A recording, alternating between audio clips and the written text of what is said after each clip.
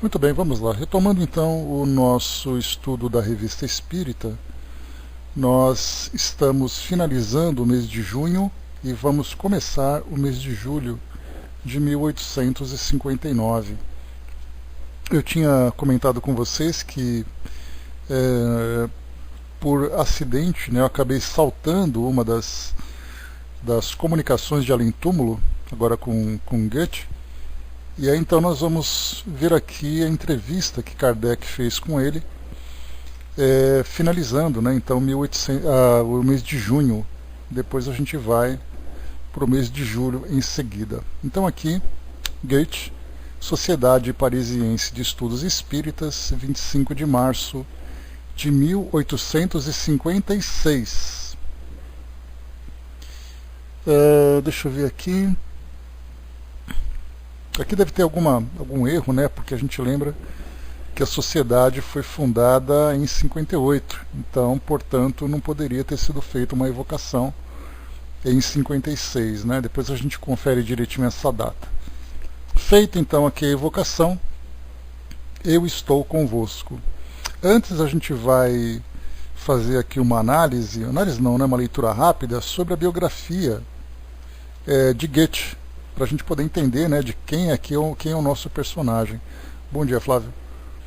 Então diz aqui para nós, romancista, escritor, dramaturgo e filósofo alemão, Johann Wolfgang von Goethe nasceu em Frankfurt no dia 28 de agosto de 1749. Versátil, ele atuou também na esfera da ciência. No cenário alemão, ele adquiriu supremo destaque, figurando entre as personagens mais ilustres da literatura alemã, em fins do século XVIII e princípio do século XIX. Ao lado do filósofo e poeta Friedrich Schiller, ele liderou a corrente do romantismo alemão, conhecida como Sturm und Drang. Então aqui, o Schiller, depois nós vamos falar sobre ele também, ele, na verdade, já está aqui comentado, ele também sendo um filósofo e um poeta alemão que, junto com Goethe, acabou iniciando a corrente do romantismo, que hoje, inclusive, as crianças, os jovens, estudam literatura nas escolas, sobre o romantismo brasileiro. Mas nós vamos falar um pouquinho mais depois aqui na entrevista que é trazido para nós. Primogênito de Johann Caspar Goethe, um advogado de prestígio, cultor de elevada cultura e apaixonado pelas artes, conselheiro da corte de Frederico II, teve uma educação primorosa, a princípio administrada pelo próprio pai, depois completada por tutores particulares. Lembrando que nessa época os tutores, os preceptores também chamados, eram professores particulares que famílias que tinham posses acabavam contratando. Então nós vemos muito isso em filmes de época, de séculos XVII, séculos XVIII, em que uma pessoa vem morar na casa de uma família para se tornar então esse preceptor. Nós temos esses educadores desde os tempos mais antigos, os romanos já tinham esses preceptores. Bom dia, mami. Goethe ingressou na Universidade de Leipzig em 1765 no curso de Direito. Aí ele também cultiva profunda simpatia pelo desenho e pela pintura. Nesta época, o futuro escritor se dedica também aos prazeres da boemia. Com a saúde enfraquecida, Goethe volta para sua terra natal com o objetivo de resgatar suas forças. Com mais tempo disponível, ele se devota a leituras e também a práticas alquímicas e astrológicas. Já curado, é enviado pela família para Estrasburgo, na Alsácia, para concluir a faculdade de Direito. Graduado, ele exerce por um curto período essa profissão, enveredando em 1770 pelo campo da literatura, quando conhece o movimento Sturm und Drang, o qual viria a liderar. Nessa mesma época, ele trava amizade com o filósofo e escritor alemão Johann Gottfried Herder. Exercendo o direito na cidade de Wetzlar, centro da Corte de Justiça Imperial, ele conhece Charlotte Buff, por quem se apaixona perdidamente, apesar de sua musa ser noiva de um colega. Essa paixão quase o conduz ao suicídio, evento que posteriormente seria o mote inspirador do romance Os Sofrimentos do Jovem Werther, em 1774. Nós falaremos também sobre isso. Essa biografia é importante para a gente poder entender o diálogo que Kardec está tendo com ele.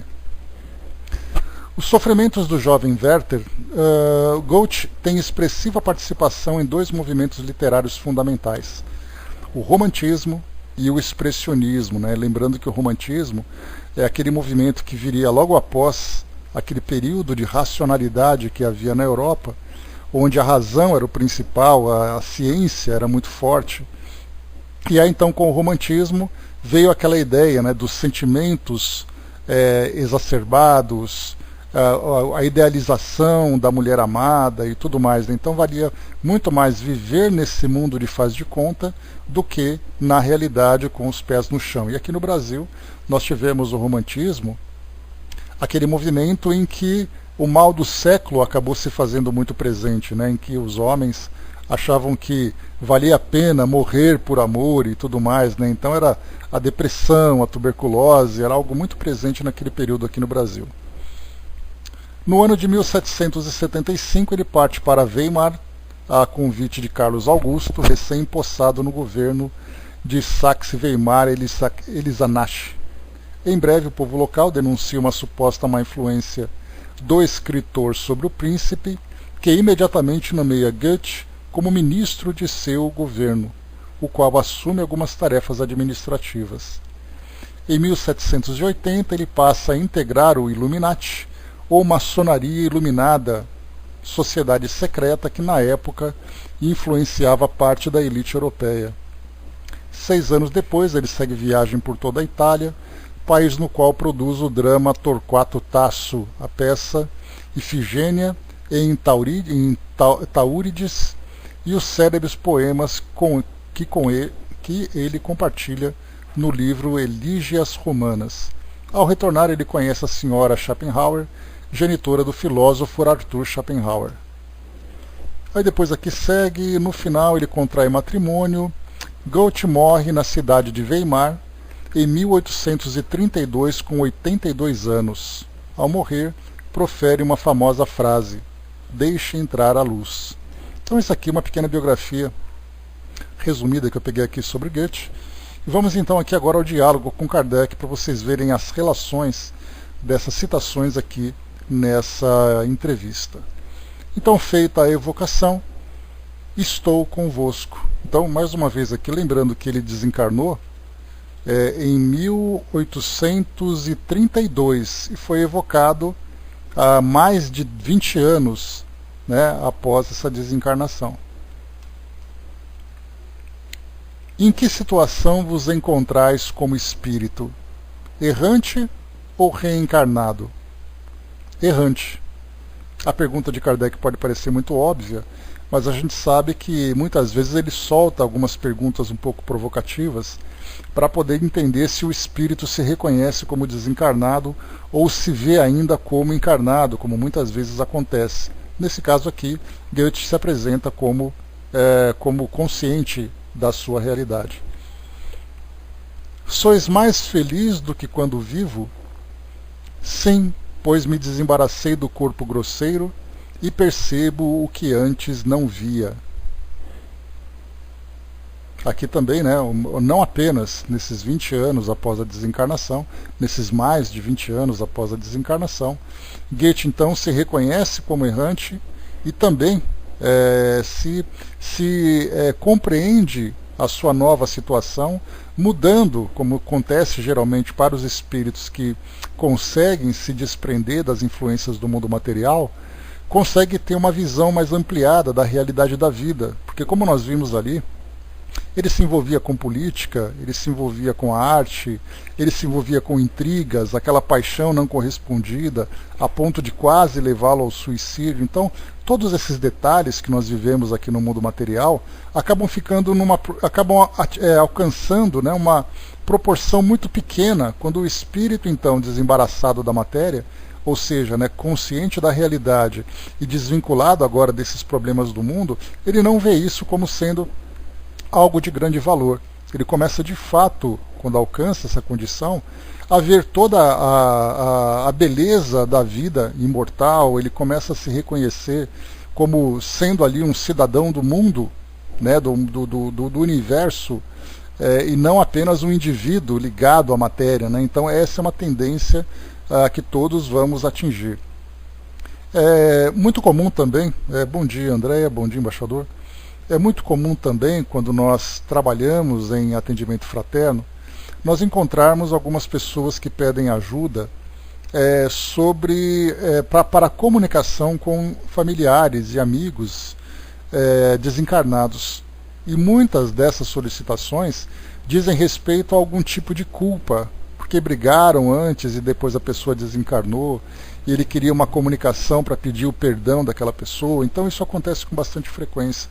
Nós vemos hoje famílias vivendo ali suas intrigas, seus atritos, e de repente alguém desencarna e ele diz assim: poxa, mas eu nem pedi desculpas para ele, ou ele não me perdoou antes de desencarnar, alguma coisa do gênero. Então, quando chega no mundo espiritual, o espírito, a primeira coisa que ele faz é analisar a sua história, analisar a sua vida. E conforme a sua visão vai se ampliando, ele vai então percebendo a causa dessas intrigas que ele vivenciou. E ele percebe, né, o quão infantil todos aqueles que viveram aqueles conflitos foram. E aí então ele se reconhece e naturalmente ele muda de opinião. Mas da nossa parte a gente fica: será que ele me perdoou? Será que ele continua sofrendo por minha causa? E isso acontece quando o espírito continua apegado a essa personalidade material. Mas a partir do momento em que ele se encontra no plano espiritual como um cidadão do universo, né, que naquele sentido que eu comentei com vocês, ele então percebe essas pequenas picuinhas. Por exemplo, uma família brigou por causa de dinheiro, aí o espírito se vê liberto da matéria e pergunta: qual a importância do dinheiro? Ou então o espírito acaba brigando, as pessoas brigam por causa de ciúmes, por causa de vaidade, e de repente ele se vê como um espírito imortal e pergunta: que diferença fez naquele momento aquela briga que nós tivemos? Então é por isso colocado para nós, né, que ele se desembaraçou do corpo, portanto ele se torna mais feliz e percebe o que antes não via. E essa percepção diz respeito a todas essas situações relativas ao mundo espiritual e ao mundo material. Nós, como estudantes da doutrina espírita, seguidores dessa filosofia, nós já podemos de antemão já observar esses detalhes que dizem respeito ao nosso cotidiano, dando a ele o devido valor e não supervalorizando como geralmente a gente faz. E aí fazendo com que nós vivamos muitos conflitos, vivamos muitas intrigas, criemos situações dolorosas de sofrimento para nós e para o outro.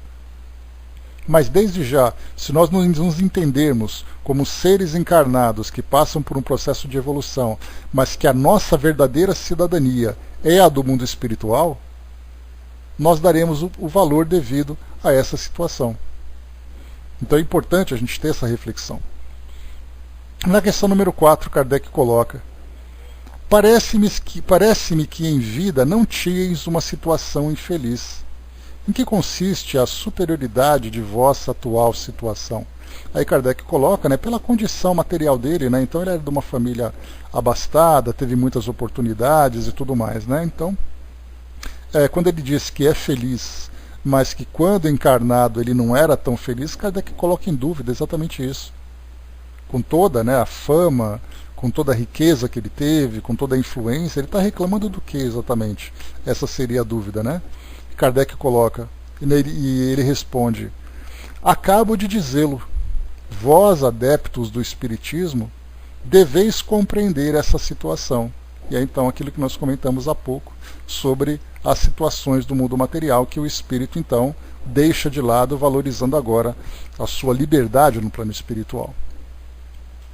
Qual a vossa opinião atual sobre Fausto? Então vamos aqui, voltando, né, para as nossas anotações aqui, para entender exatamente. Primeiro nós vimos quem era Goethe. Agora nós veremos Fausto. Fausto é uma obra que ele escreveu naquele período em que ele atuava na literatura e acabou se tornando, né, uma peça de teatro, acabou se tornando também filme, né, que conta a história. Então o resumo diz o seguinte para nós. Aqui peguei uma resenha, né, deixa eu ver aqui, é do site contosliterários.com.br, que traz aqui já a foto, né, de Fausto. Então aqui uma resenha do dia 2 de agosto de 2016.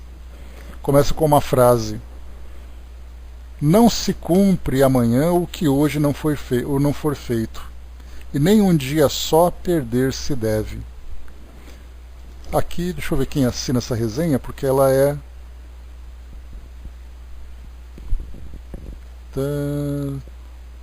Tá aqui, né? Deixa eu ver.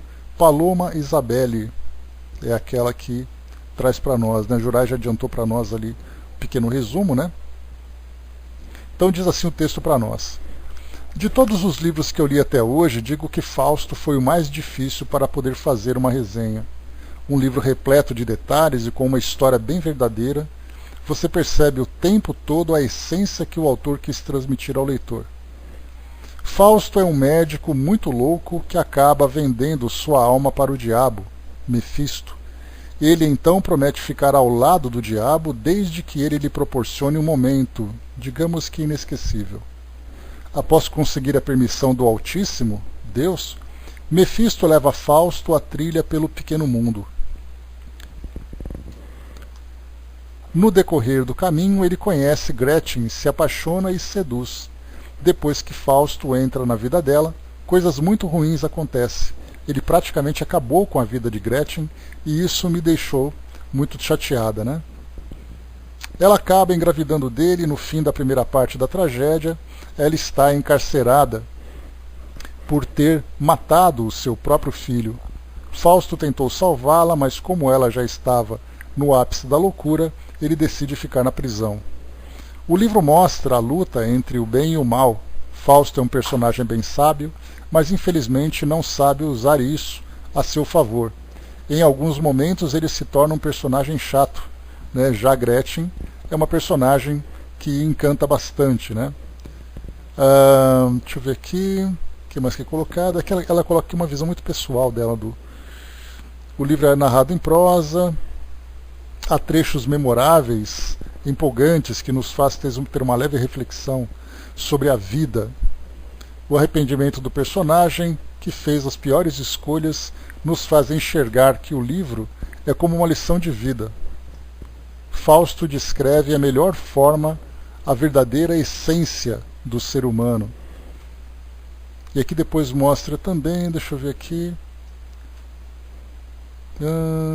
Fausto é um poema trágico do escritor alemão Goethe, dividido em duas partes. Está regido como uma peça de teatro com diálogos ritmados, pensado mais para ser lido do que para ser encenado. É considerado um dos grandes clássicos da literatura, né? E aqui, deixa eu ver...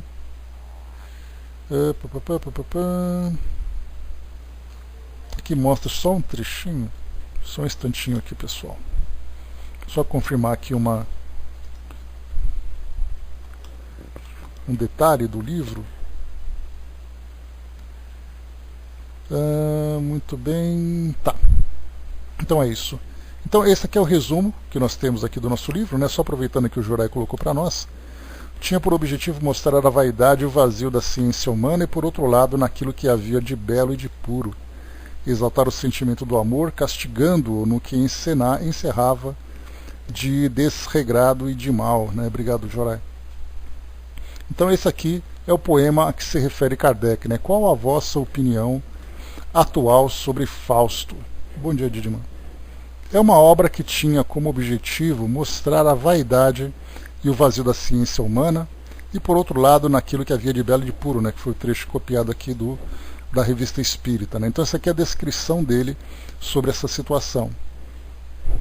Foi por uma certa intuição do Espiritismo que escrevestes a influência dos espíritos maus sobre o homem? Como fostes levado a fazer essa descrição? Então aqui, como há essa relação de Fausto ter vendido sua alma ao diabo para poder receber ali conhecimentos e prazeres e tudo mais, então Kardec já percebeu que essa colocação de Goethe reconhecia a influência dos espíritos. Então, por isso, ele pergunta se Goethe tinha alguma ideia, alguma intuição do espiritismo. Claro que quando ele fala intuição, ele fala sobre aquilo que o espiritismo viria a ser, já que na época em que esse texto foi escrito, em que o Fausto foi escrito, o espiritismo ainda se encontrava sendo elaborado, né? Então nós tivemos ali, né, Swedenborg, por exemplo, estava começando a fazer ali alguns experimentos, outros escritores, outros pesquisadores, outros filósofos já começavam a ver o mundo espiritual de uma maneira diferente daquela que era habitual, né, trazida pela igreja, por exemplo. Então, essa certa intuição que ele coloca, né, da influência dos espíritos maus sobre o homem. E aí então ele responde: eu tinha a lembrança quase exata de um mundo onde via atuar a influência dos espíritos sobre os seres materiais. Então ele via a atuação desses espíritos. E Kardec então aqui, claro, ele já traz para nós aqui, porque ele diz, né, eu tinha a lembrança exata, quase exata, desse mundo onde havia essa influência. E aí Kardec pergunta: lembráveis então de uma precedente existência? Sim, certamente. Poderíeis dizer-nos se tal existência ocorreu na Terra? Não, porque aqui não se vê espíritos agindo.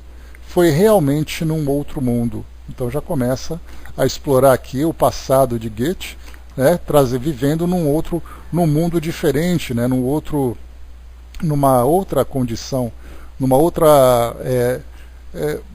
vamos dizer, num mundo onde essa percepção sobre o mundo espiritual é muito mais clara do que aqui a nossa mediunidade na atualidade. E o detalhe também interessante é que quando a gente lê sobre um autor, sobre uma personagem do passado, a gente não reconhece ou não sabe exatamente quais são as suas crenças, quais são as suas percepções mais íntimas a respeito do mundo espiritual. Então Goethe era visto ali como um indivíduo que vivia sua vida de um modo como qualquer outra pessoa, né, mostrando ali a sua genialidade, mas que intimamente ele tinha essas lembranças, ele tinha essa intuição. E ele acabava de alguma forma passando isso também para os seus livros. Então, mostra aqui que o mundo... poderias dizer-nos se tal existência ocorreu na Terra? Não, porque aqui não se vê os espíritos agindo, foi realmente no outro mundo. Mas então devia tratar-se de um mundo superior à Terra, desde que aí podíeis ver os espíritos em ação. Como pudestes vir de semelhante mundo para reencarnar num orbe inferior como o nosso? Retrogradastes? Dignai-vos explicar o que se passou. Era um mundo superior até certo ponto, mas não como o entendeis. Nem todos os mundos têm a mesma organização, sem que por isso tenham uma grande superioridade. Ademais, sabeis perfeitamente que entre vós eu cumpri uma missão que não podeis dissimular, porque ainda representais as minhas obras. Não houve retrogradação, considerando-se que servi e ainda sirvo para a vossa moralização. Eu aplicava aquilo que podia haver de superior no mundo precedente para corrigir as paixões de meus heróis. Então aqui alguns pontos também que valem a pena comentarmos, né? Primeiro ele fala sobre a missão que ele cumpria, que não se pode dissimular, já que em suas obras tinha ali um elemento filosófico, tinha um elemento moralizador. E ele diz assim, né? Porque não podeis dissimular, porque ainda representais as minhas obras. Então, Goethe acabou desencarnando, né? Acabou escrevendo esses livros no final do século XVIII, começo do século XIX, e até hoje nós continuamos ainda tratando desses temas. Nesses filmes, nos livros, em releituras que são feitos sobre essas obras, principalmente no caso de Fausto, que mostra para nós essa dualidade, né, Deus e o diabo, o homem buscando a sabedoria e a sua elevação. Então, nós continuamos ainda usando esses temas para as nossas reflexões. Por isso, então, ele coloca, né, que é essa missão que ele cumpria. Então, não houve retrogradação. E a gente já falou várias vezes, um espírito missionário que vem de um mundo superior, ainda que seja minimamente superior, mas que vem até nós, ele vem como missionário. Então, estar aqui no mundo não significa necessariamente que ele pertença a esse mundo. Tanto que nós já vimos, né, inclusive, estudando, né, sobre os cientistas que nós vimos, naturalistas, né, que se reconheceram de fato como sendo missionários que vieram nos estimular, nos ajudar no desenvolvimento do nosso conhecimento. Então ele coloca também aqui, né, um detalhe importante. Eu aplicava aquilo que podia haver de superior no mundo precedente para corrigir as paixões de meus heróis. Então ele trazia a intuição dos modelos, das referências de virtude do mundo que ele viveu e criava personagens, tanto personagens mundanos, também como personagens que traziam uma índole superior, um conhecimento superior. Então ele aproveitava todo esse conhecimento espiritual que ele desenvolveu durante esse tempo todo e que ele trazia de um modo intuitivo, podia não ser nada muito claro, falando sobre essa relação do mundo espiritual com o mundo físico, ou então dos valores que eram cultivados nesse outro ambiente. Então, ele aproveitava essa bagagem toda para criar essas histórias e criar essas personagens. Depois ele continua. De fato, vossas obras ainda são representadas. Acabam de fazer uma versão teatralizada do Fausto. Assististes à sua encenação? Sim. Então, só para a gente poder lembrar, Fausto ele foi escrito trazendo, né, esses elementos teatrais com muitos dramas, com muitas imagens, a ideia de Deus e o diabo, a influência e tudo mais. Então era muito fácil transformar aquele livro, aquela história, num teatro, numa peça teatral. Poderíeis externar a vossa opinião sobre a maneira pela qual o Sr. Gounod interpretou vosso pensamento através da música? Então vamos lá rapidinho pegar aqui sobre Gounod, que eu acabei esquecendo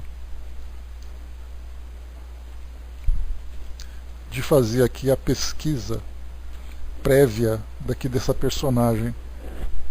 Gounod, vamos lá.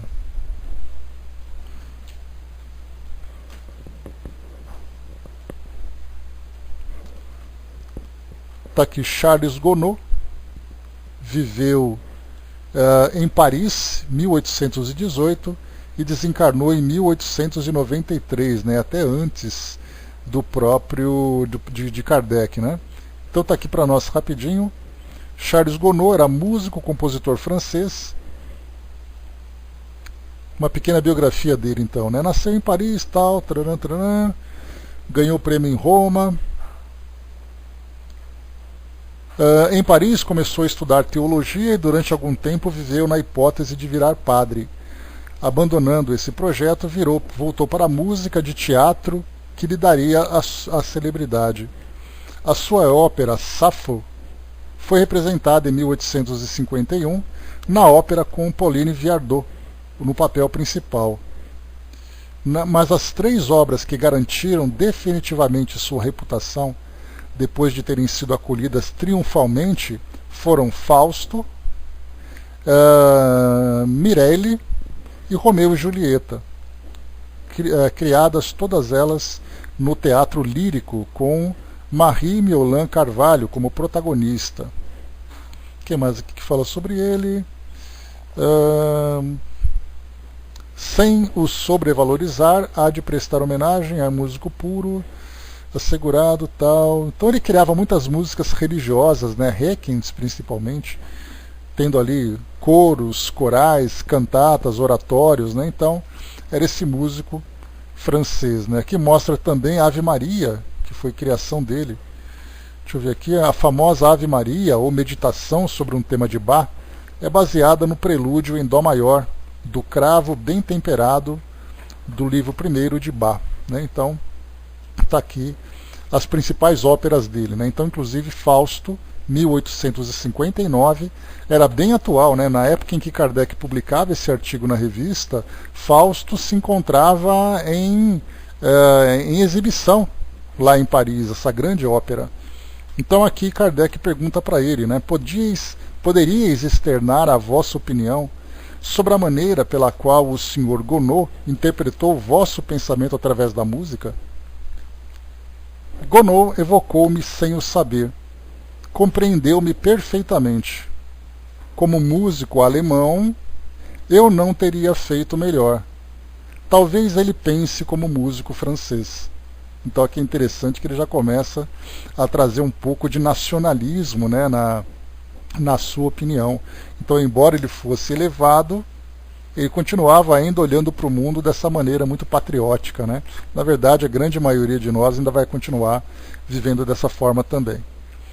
Então ele aprovou essa ópera, né? Para quem quiser depois, né, dar uma pesquisada no Google sobre Fausto, ópera, para ver se vocês encontram ali a música, a melodia e tudo mais, né? Porque um compositor, para trazer uma música de teatro, ele tem que ter aquele drama, né, para representar exatamente o que Fausto representava. 12. Que pensais de Werther? Hoje eu lhe censuro o desfecho. Vamos então aqui pesquisar sobre Werther. Tá aqui, eu separei um texto. Está ali, né? Osmar colocou Ave Maria de Johann Sebastian Bach e Charles Gounod. Ele deu ali um toque, né, especial nessa obra. Então vamos lá, olha só. Falando aqui sobre Werther, importante também essa bibliografia, para a gente poder entender um pouquinho sobre o que Kardec vai conversar com Goethe. Então aqui eu estou na Super Interessante, revista, edição de 2016, publicado originalmente em 2005. Então fala aqui de Johann Wolfgang Goethe, o original, né? Die Leiden des Jürgen Werther. Foi publicado no Brasil aqui em 2020, e no ano 2000, desculpem. O romance epistolar é que é um tipo de romance escrito num estilo de cartas, né? Como se alguém estivesse escrevendo alguma coisa para outra pessoa ou num diário. Então, romance epistolar em que o jovem Werther conta ao amigo Wilhelm a história de seu amor impossível pela bela Charlotte. Lembrando que Goethe se apaixonou por uma Charlotte, né? Que era noiva de um amigo. Então ele trouxe essa personagem para o seu livro. Então, a história de seu amor impossível pela jovem Charlotte, prometida em casamento para outro. De temperamento sensível e artístico, ele não consegue esquecê-la e, no final, acaba se suicidando com um tiro de pistola na cabeça. Nós veremos Kardec comentando com ele sobre isso, tanto que Kardec pergunta aqui o que ele diz a respeito de Werther, e ele diz que o censura. Quando lançado na Europa, o livro inspirou uma leva de jovens leitores que passaram a se vestir como protagonista. Atribui-se a ele uma onda de suicídios na época. Dizem que a história surgiu a partir de uma paixão não correspondida de Goethe, que afirmou ter matado Werther para poder sobreviver.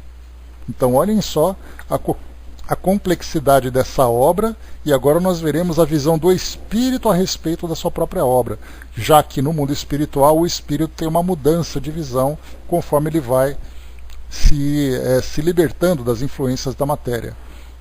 Aqui fala também, né, quem escreveu.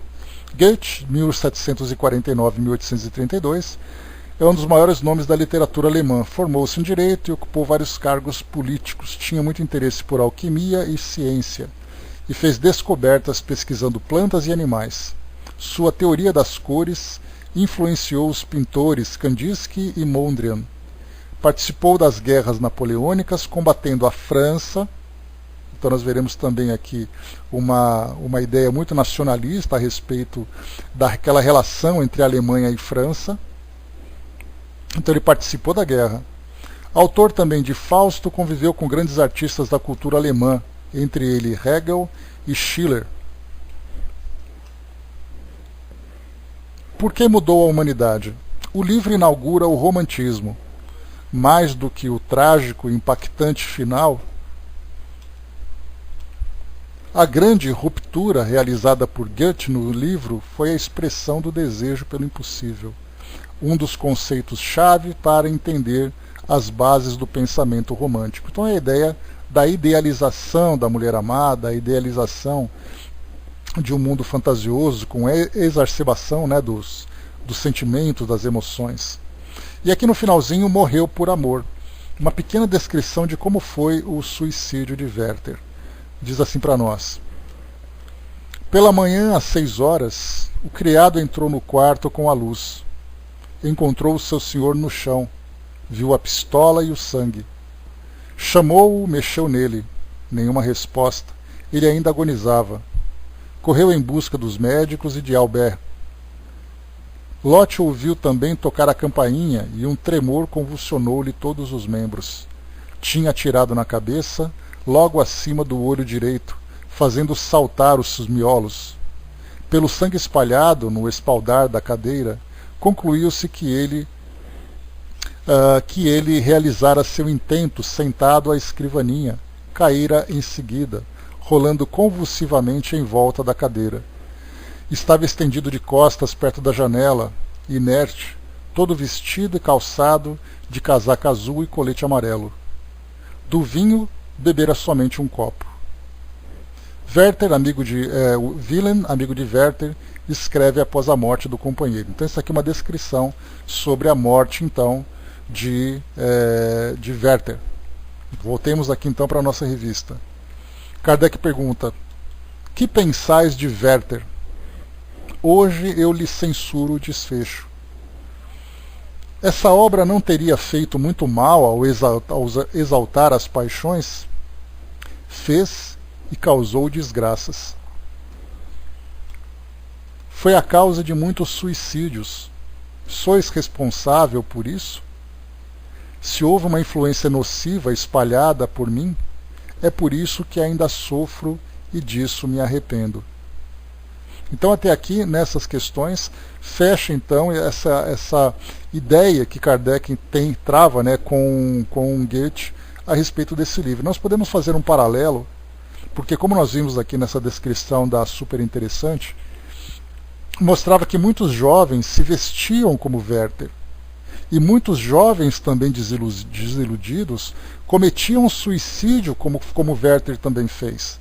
E a gente faz um paralelo com Shakespeare, século XVI, em Romeu e Julieta, quando a ideia daquele momento era: já que você tem um amor impossível com outra pessoa que corresponde a esse sentimento, morrem os dois por amor.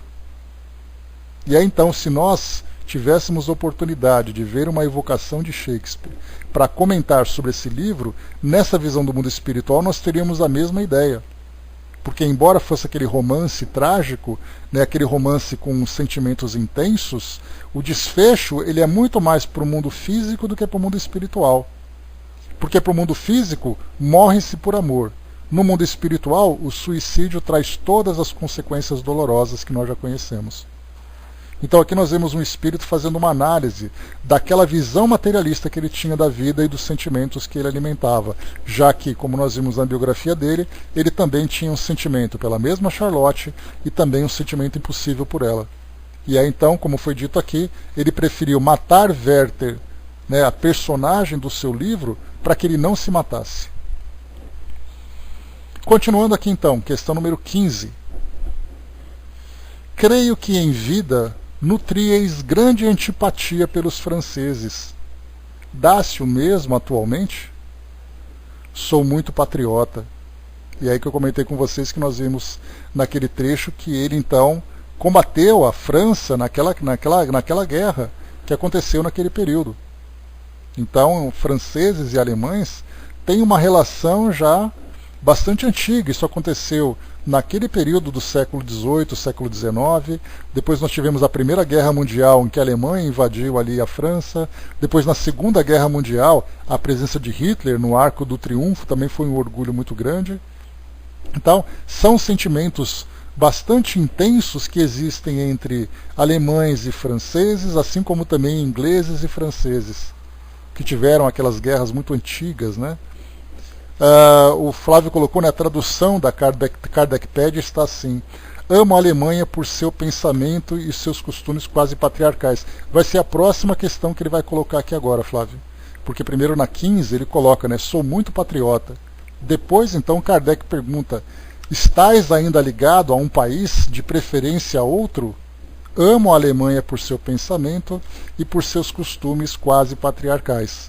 Então aqui, essa seria a resposta da questão seguinte que nós viríamos aqui. Então, isso mostra que, embora ele fosse um espírito, né, tranquilo, né, embora ele fosse um espírito que tivesse vindo de um mundo mais, um pouco mais desenvolvido, segundo ele fala aqui para nós, aqui no nosso planeta ele se tornou um espírito muito ligado às ideias e aos sentimentos do nosso mundo. E no mundo espiritual é aquele espírito que continua sendo alemão, continua pensando como os alemães, vivendo as suas mesmas simpatias e antipatias e sofrendo também as consequências de tudo isso. Por isso, então, a gente lembra sempre, né, que esse sentimento patriótico ele é muito forte naquilo que nós vivemos.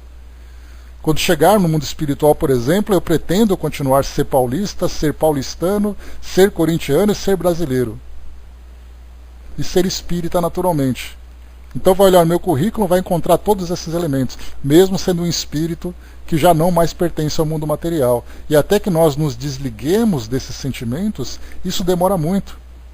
É para aqueles espíritos que já conseguiram, por exemplo, atingir ali uma maturidade espiritual, uma liberdade espiritual muito grande. Eu vou nascer em Minas Gerais, Flávio, mas logo em seguida eu venho para São Paulo, não tem jeito. Essa terra me atrai, não tem como fugir.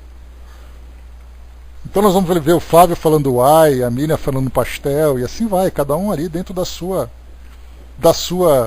nacionalidade e da sua naturalidade, né? O Flávio coloca ainda, né, era um pouco, né, mas bem pouco mais desenvolvido do que a Terra, né? Então, mesmo que seja esse pouco, ainda mostra essas grandes paixões. A Miriam vai morar em Júpiter, né, falando pastel, né? E aí, tem um pastel aí?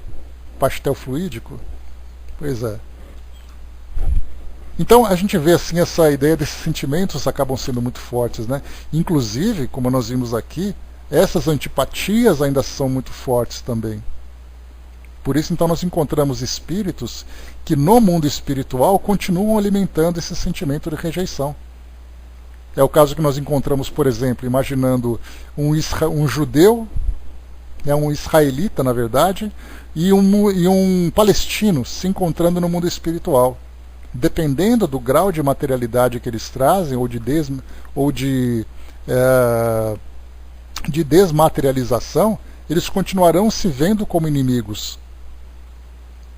Assim como também veremos aqui tantos lugares no mundo afora aí, com esse mesmo sentimento de antipatia. Agora aqui mudando mais uma vez, né? Tá certo, né? Sonhar não custa nada, né? Fantasiar também não custa nada. Vamos em frente, né? Então, 17. Poderíeis dar-nos a vossa opinião sobre Schiller? Aqui falamos de um outro escritor, então, né? Somos irmãos pelo espírito e pelas missões. Schiller tinha uma alma grande e nobre que se fazia refletir em suas obras. Fez menos mal que eu. É-me bastante superior, porque era mais simples e mais verdadeiro. Então, aqui nós vemos Goethe se reconhecendo, né, como um homem ainda vaidoso, o homem ainda influenciável, né, com muitas tendências, e ainda mais, né, porque essa sua obra, embora trouxesse para nós essa ideia do romantismo, como uma nova vertente literária, mostrando aquele amor impossível e um fim trágico, algo muito presente, né, nos textos românticos e poemas românticos também, para quem lê uma poesia dessa época do romantismo, né, no romantismo brasileiro principalmente, vai ver ali, né, ó morte, porque não me leva, porque meu amor não é correspondido. E aí então mostra aquele escritor, né, tossindo sangue por causa da tuberculose, e ele se orgulhava por isso, por esse sofrimento, por essa depressão. Então o mal do século, né, foi como eu falei para vocês no início, foi algo muito presente nessa época do romantismo, né? Então, para uma visão terrena, uma visão humana, de encarnado aqui, né, nós temos ali uma grande obra-prima. Para o espírito, ele vê ali uma grande decepção, principalmente pelo efeito que ele provocou. Depois ele continua aqui para finalizarmos já, estamos na reta final. Qual a vossa opinião sobre os poetas franceses em geral, comparado aos poetas alemães? Kardec também gosta de provocar, né? Não se trata de um vão sentimento de curiosidade, mas de nossa instrução. Confiamos que os vossos elevados sentimentos nos dispensarão da necessidade de pedir que o façais imparcialmente, pondo de lado qualquer preconceito nacional. Aqui Kardec foi bem pretensioso, né? Confiamos que os vossos elevados sentimentos. Ele acabou de mostrar um pouco mais acima que a ideia, né, de ser alemão, de uma paixão pela Alemanha ainda é muito forte.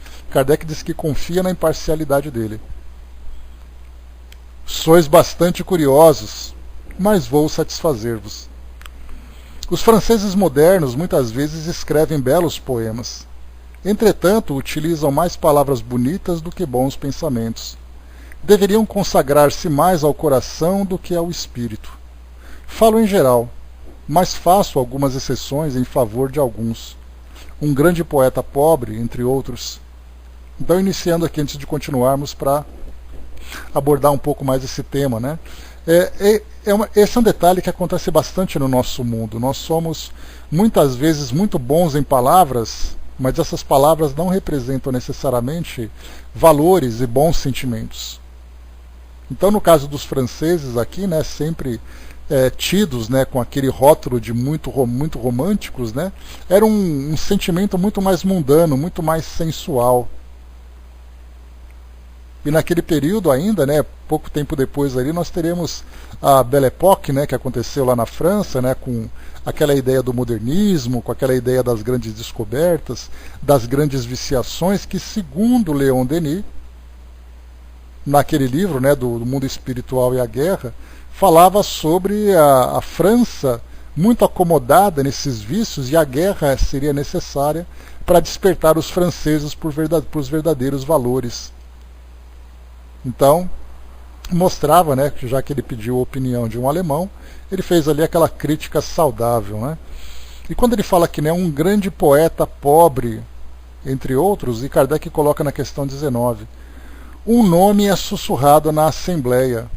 É a ele que vos referis? Então, na Assembleia daqueles que estavam ali presentes, né? Lembrando que quando havia essas reuniões na sociedade, nós tínhamos ali aqueles que eram os membros da sociedade e mais alguns convidados que assistiam às evocações, às palestras, às reflexões que aconteciam lá na instituição. Então, no momento em que ele falou sobre esse pobre poeta, ou esse grande poeta pobre, rapidamente as pessoas começaram a cochichar, supondo ali esse nome ou aquele nome. E aí então Kardec pergunta, né? O nome é sussurrado na Assembleia, é a ele que vos referis? Pobre, ou que se passa, ou que passa por tal. Aqui nós não sabemos de quem se trata, né? Acabei nem pesquisando aqui também. Não vi muita relevância nesse nome, né? Sentir-nos-íamos felizes se obtivéssemos uma dissertação sobre assunto de vossa escolha, para a nossa instrução. Teríeis a bondade de ditar-nos alguma coisa? Falo-ei mais tarde, e por outros médiuns, evocai-me em outra ocasião. Então aqui, né, fechando essa entrevista de Kardec com Goethe. Eu achei bem interessante, achei bastante proveitosa essa entrevista, né? Havendo a necessidade aqui de uma pesquisa para situarmos ali nomes e tudo mais. E, aliás, muitas vezes na Revista Espírita não há como fazermos um estudo sem essa busca paralela, né, de informações para a gente poder contextualizar épocas, nomes, situações. porque do contrário vai ser uma leitura superficial e sem grande proveito para nós. Então, terminando aqui essa entrevista, nós passamos aqui depois, né, para aquela entrevista do pai do negro, pai César, vimos isso na semana passada, falando aqui sobre aquele homem que viveu 138 anos e que recebeu ali homenagens e tudo mais. Ele falava um pouquinho sobre a visão dele sobre a vivência na escravidão lá nos Estados Unidos. Vimos aqui também variedade, né, a princesa de Rebnine, que histórias, né, que Kardec trouxe duas histórias, tanto da princesa, como também aqui depois,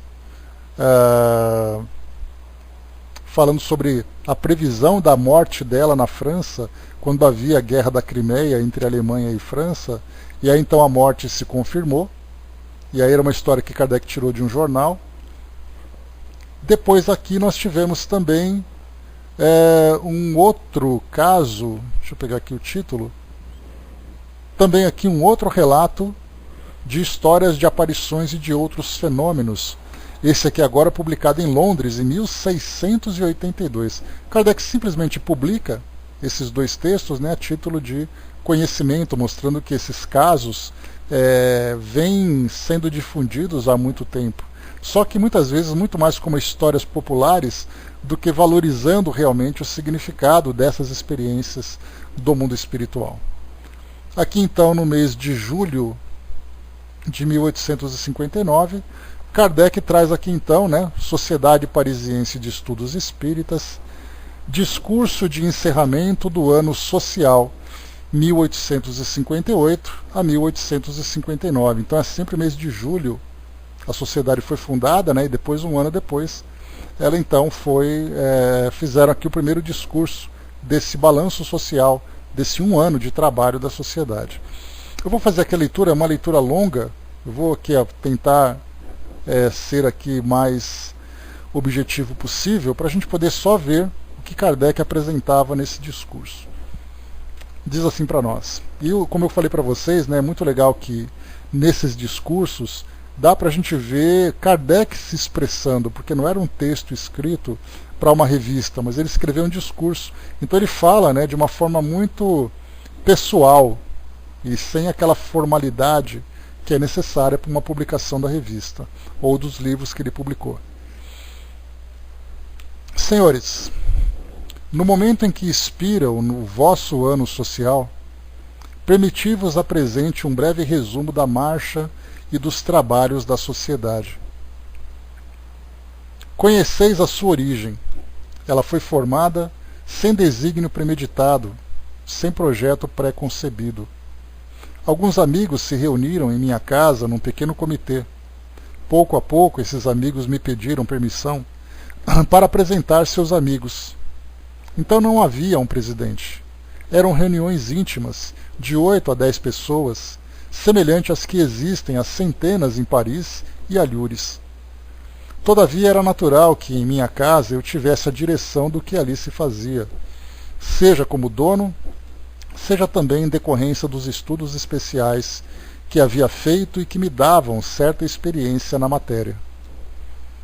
O interesse que despertavam essas reuniões ia crescendo, embora não nos ocupássemos senão de coisas muito sérias. Pouco a pouco, um a um, foi crescendo o número dos assistentes, de tal forma que o meu modesto salão, muito pouco adequado para uma assembleia, tornou-se insuficiente. Olha só o que nós estamos lendo aqui, hein? Como os germes da fundação da sociedade, como tudo começou. Foi então que alguns dentre vós propuseram que se procurasse outro cômodo, o que nos cotizássemos para cobrir as despesas, pois não achavam justo que eu as suportasse sozinho, como até então ocorria. Então, fazendo ali aquele cotejamento, né, aquela cota, né, entre todos eles, cada um pagando um pouco. A nossa famosa vaquinha. Entretanto, para nos reunirmos regularmente, além de um certo número e num local diferente, era necessário que nos conformássemos com as prescrições legais, ter um regulamento e, consequentemente, um presidente designado. Enfim, Era preciso constituir-se uma sociedade. Foi o que aconteceu, com o sentimento da autoridade constituída, cuja benevolência não nos faltou. Era também necessário imprimir aos trabalhos uma direção metódica e uniforme. E decidistes encarregar-me de continuar aquilo que fazia em casa nas nossas reuniões privadas. Então, mais um ponto importante. Primeiro, Kardec fazia essas reuniões íntimas e acabou tomando uma proporção que, elas acabaram tomando uma proporção que houve a necessidade, então, de criar essa instituição. E como ele coloca, não foi premeditado. Não é aquela história, eu lancei o Livro dos Espíritos, daqui a um tempo eu vou criar uma instituição. Ela veio como força das circunstâncias. E o detalhe importante também, naquela época, em que Kardec vivia na França, como antes disso, lá com o Iluminismo, com a Revolução Francesa, houve uma proibição por parte do governo que houvessem reuniões com mais de tantas pessoas, porque isso poderia sugerir algum tipo de conspiração contra o governo, que essas reuniões poderiam tratar de questões políticas. Por isso, então, o governo tinha proibido naquela época. Então, para a fundação da sociedade, houve a necessidade de encaminharem uma documentação, pedirem autorização para o governo, para que eles então autorizassem, porque do contrário todos poderiam ser presos. Por isso, então, Kardec coloca sobre as prescrições legais, para depois também ter um regulamento e depois um presidente designado. Dei às minhas funções, que posso dizer laboriosas, toda a exatidão e todo o devotamento de que fui capaz. Do ponto de vista administrativo, esforcei-me por manter as sessões uma ordem rigorosa e lhes dar um caráter de gravidade, sem o qual o prestígio de assembleia seria logo séria, uma assembleia séria, logo teria desaparecido. Agora que minha tarefa está terminada, desculpem. Agora que minha tarefa está terminada e que o impulso foi dado, devo comunicar-vos a resolução que tomei, de futuramente renunciar a qualquer tipo de função na sociedade, mesmo a de diretor de estudos. Não ambiciono senão um título, o de simples membro titular, com o qual me sentirei sempre honrado e feliz. O motivo da minha determinação está na multiplicidade de meus trabalhos, que aumentaram diariamente pela extensão de minhas relações, considerando-se que, além daqueles que conheceis, preparo outros mais consideráveis, que exigem longos e laboriosos estudos e, por certo, não absorverão menos de 10 anos. Aqui, então, uma nota da tradução, aqui no rodapé. Allan Kardec não poderia ter sido mais exato em sua previsão, considerando-se que, então, lhe restavam precisamente 10 anos de atividades na seara espírita, antes de desencarnar em Paris, em 31 de março de 1869. Então ele coloca, não me absorverão menos de 10 anos. 10 anos depois ele desencarnaria. Ora, os trabalhos da sociedade não deixam de tomar muito tempo, tanto na preparação quanto na coordenação e na redação final. Além disso, reclamam uma assiduidade por vezes prejudicial às minhas ocupações pessoais e tornam indispensável a iniciativa quase exclusiva que me conferistes. É por essa razão, senhores, que tantas vezes tive de tomar a palavra, lamentando que os membros eminentemente esclarecidos que possuímos nos privassem de suas luzes. Há muito eu desejava demitir-me de minhas funções. Deixei isso bastante claro em diversas circunstâncias, seja aqui, seja em particular, a vários de meus colegas, notadamente ao Sr. Laudoyen. Tê-lo-ia feito mais cedo, sem receio de trazer perturbação à sociedade, retirando-me ao meio do ano, mas poderia parecer uma defecção, além do que me veria obrigado a dar satisfação aos nossos adversários.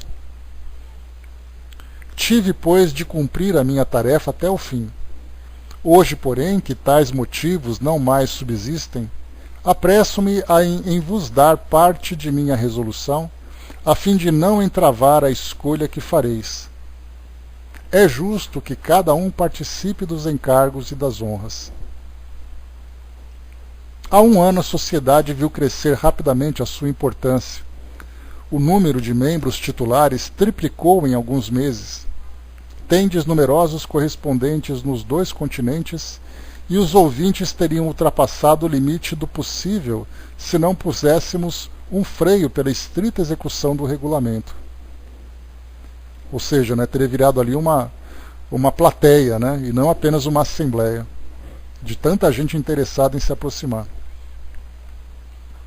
Entre esses últimos, contastes as mais altas notabilidades sociais e mais de uma figura ilustrada. A pressa com que solicitam admissão em vossas sessões testemunha o interesse que elas despertam, não obstante a ausência de qualquer experimentação destinada a satisfazer a curiosidade, ou talvez em razão de sua própria simplicidade. Se nem todos saem convencidos, o que seria exigir o impossível? As pessoas sérias, as que não veem com a ideia preconcebida de denegrir, levam da seriedade de vossos trabalhos uma impressão que as predispõe a aprofundar essas questões. Aliás, não temos senão que aplaudir as restrições que fizemos à admissão de ouvintes estranhos, assim evitando uma multidão de curiosos inoportunos. A medida pela qual limitastes essa admissão a determinadas sessões, reservando as demais apenas para membros da sociedade, teve como resultado conceder-vos mais liberdade nos estudos, que poderiam ser dificultados pela presença de pessoas ainda não iniciadas e cuja simpatia não estivesse assegurada. Aqui lembrando, nós veremos depois nos boletins que Kardec vai publicar a partir desse mês, que nós tínhamos ali na ata da sociedade algumas sessões que eram públicas e algumas sessões que eram particulares. Nessas particulares eram feitas evocações sobre temas polêmicos, sobre questões de estudos, e naquelas que eram públicas, aquelas mais brandas, principalmente ali publicações de temas mais genéricos, mais de instrução geral. Então Kardec vai tratar sobre isso mais para frente nos boletins. Essas restrições parecerão muito naturais aos que conhecem a finalidade de nossa instituição e sabem que somos, antes de tudo, uma sociedade de estudos e de pesquisas, e não uma arena de propaganda. Aqui também vale um comentário. A natureza da Sociedade Parisiense de Estudos Espíritas e a natureza dos centros espíritas atuais que nós temos aqui no Brasil. Lá era uma sociedade de estudos e de pesquisas. Aqui nós temos as instituições com o objetivo de difusão do espiritismo, ali até em afinidade com a sociedade, mas também muito voltado para a assistência. E nós percebemos, inclusive, já tratamos sobre isso em outra oportunidade, nós veremos também que até os nomes das instituições têm uma conotação diferente daquela que se tinha na época de Kardec. Se lá era uma sociedade de estudos espíritas, hoje nós temos ali vários nomes homenageando pessoas, trazendo temas evangélicos. Enfim, vemos ali a mudança do perfil das instituições na época de Kardec e aqui que nós temos hoje.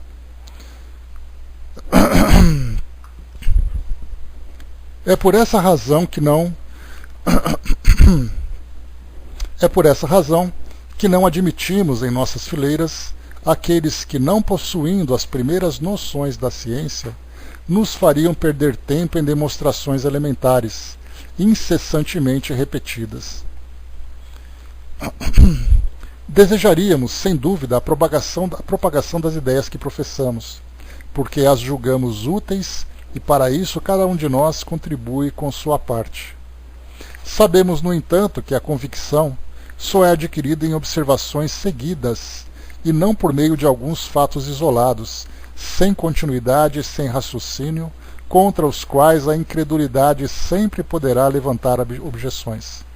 Mais uma vez aqui Kardec lembra que, para que as pessoas pudessem entender de fato os fenômenos, havia necessidade de uma participação constante de ver desde aqueles primeiros fragmentos de uma manifestação até uma manifestação ostensiva, trazendo ali grandes impressões. Porque se um visse só um fragmento, não acreditaria. Se o outro visse a intensidade de uma grande manifestação, ficaria impressionado. Então não teria o efeito de convencimento, seria apenas algo pontual. Dir-se-á que um fato é sempre um fato.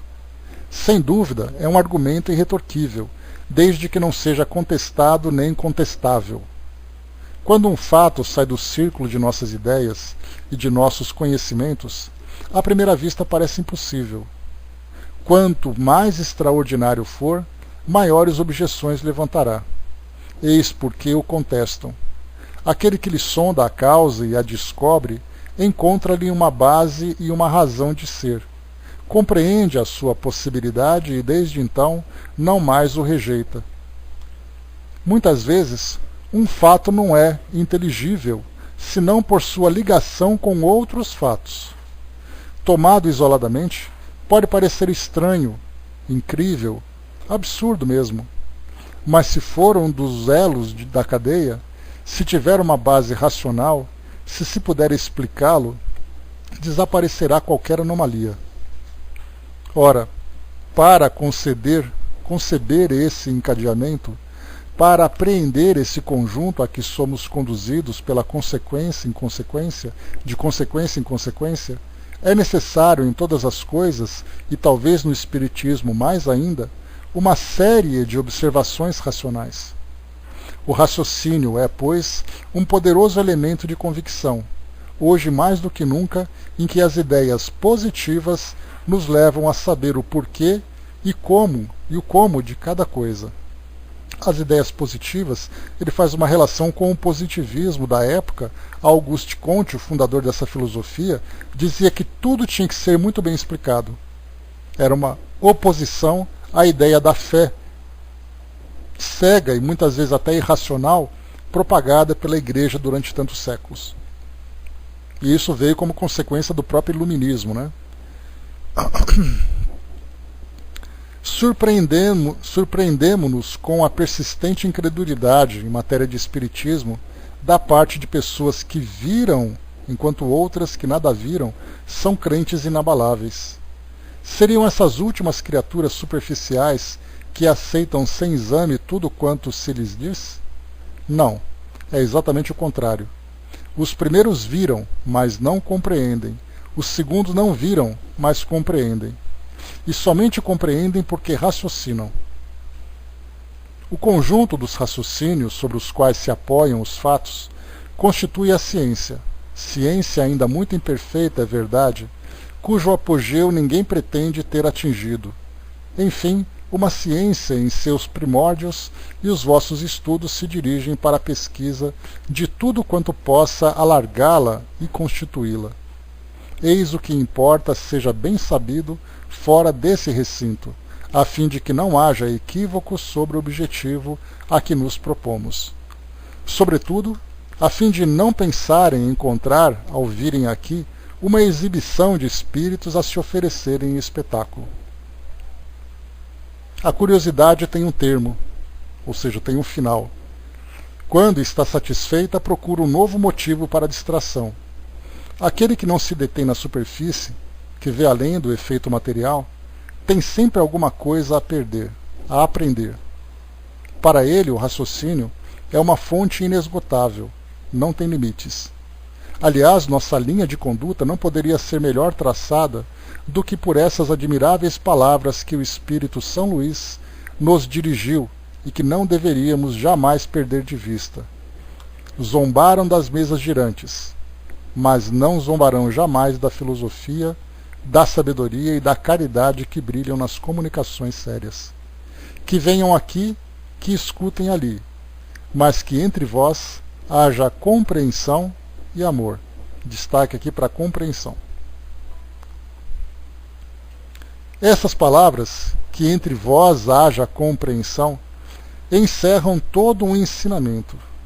Devemos compreender, e procuramos compreender, porque não queremos crer como cegos, O raciocínio é o facho luminoso que nos guia, mas o raciocínio de uma só pessoa pode transviar-se, razão por que quisemos nos reunir em sociedade, a fim de nos esclarecermos mutuamente pelo concurso recíproco de nossas ideias e observações. Ao nos colocarmos nesse terreno, assimilamos todas as outras instituições científicas e os nossos trabalhos produzirão mais prosélitos sérios do que se passarmos o tempo a fazer com que as mesas se movam e deem pancadas. Em breve estaríamos fartos disso. Nosso pensamento exige um alimento mais sólido, daí porque buscamos penetrar os mistérios do mundo invisível, cujos primeiros indícios são esses fenômenos elementares. Os que sabem ler se divertem a repetir sem cessar o alfabeto? Talvez tivéssemos maior afluência de curiosos que se sucederiam em nossas sessões como personagens de um panorama mutável. Mas esses curiosos, que não poderiam improvisar uma convicção pela visão de um fenômeno para eles inexplicado, que o julgariam sem nele se aprofundarem, seriam antes um espetáculo aos nossos trabalhos. Eis porque, não nos querendo desviar de nosso caráter científico, afastamos todos quantos não se deixarem atrair por um objetivo sério. O Espiritismo tem consequências de tal gravidade, toca em questões de alcance tão elevado, fornece a chave de tantos problemas, enfim, nele aurimos tão profundos ensinos filosóficos que, ao lado de tudo isso, uma mesa girante é mera infantilidade. Dizíamos que a observação dos fatos sem o raciocínio é insuficiente para levar a uma completa convicção, sendo considerada leviana a pessoa que se declarasse convencida de um fato cuja compreensão lhe escapasse. Essa maneira de proceder tem outro inconveniente, que deve ser assinalado e do qual cada um de nós pode dar testemunho. É a mania da experimentação, que é a sua consequência natural. Aquele que vê um fato espírita, sem lhe haver estudado todas as circunstâncias, geralmente não vê senão o fato material, e desde então o julga do ponto de vista de suas próprias ideias, sem pensar que fora das leis conhecidas pode e deve haver leis desconhecidas. Acredita poder manobrá-lo à vontade, impõe condições e somente se deixará convencer se o fato ocorrer de uma certa maneira e não de outra. Imagina que se fazem experiências com os espíritos como se estes fossem uma pilha elétrica. Não lhes conhecendo a natureza nem a sua maneira de ser, portanto não as estudaram, supõe ser possível impor-lhes a vontade e pretende que eles devam agir a um simples sinal, pelo mero prazer de convencê-lo. Porque se dispõe a ouvi-los durante um quarto de hora, imagina que devem ficar às suas ordens. Esses são os erros em que não caem os que se dão ao trabalho de aprofundar os estudos, conhecem os obstáculos e não exigem o impossível. Em lugar de quererem convencer de seu ponto de vista, os espíritos, coisa a que esses não se prestam de bom grado, colocam-se no ponto de vista dos espíritos, o que faz com que os fenômenos mudem de aspecto. Para isso necessitamos de paciência, perseverança e uma vontade firme, sem a qual não se chegará a coisa alguma. Deixa eu só avançar um pouquinho aqui para ver onde nós estamos.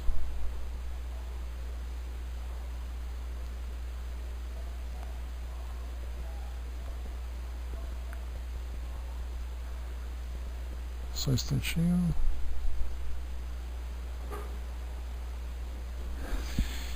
Paramos por aqui. Tem mais 13 eu disse, páginas pela frente.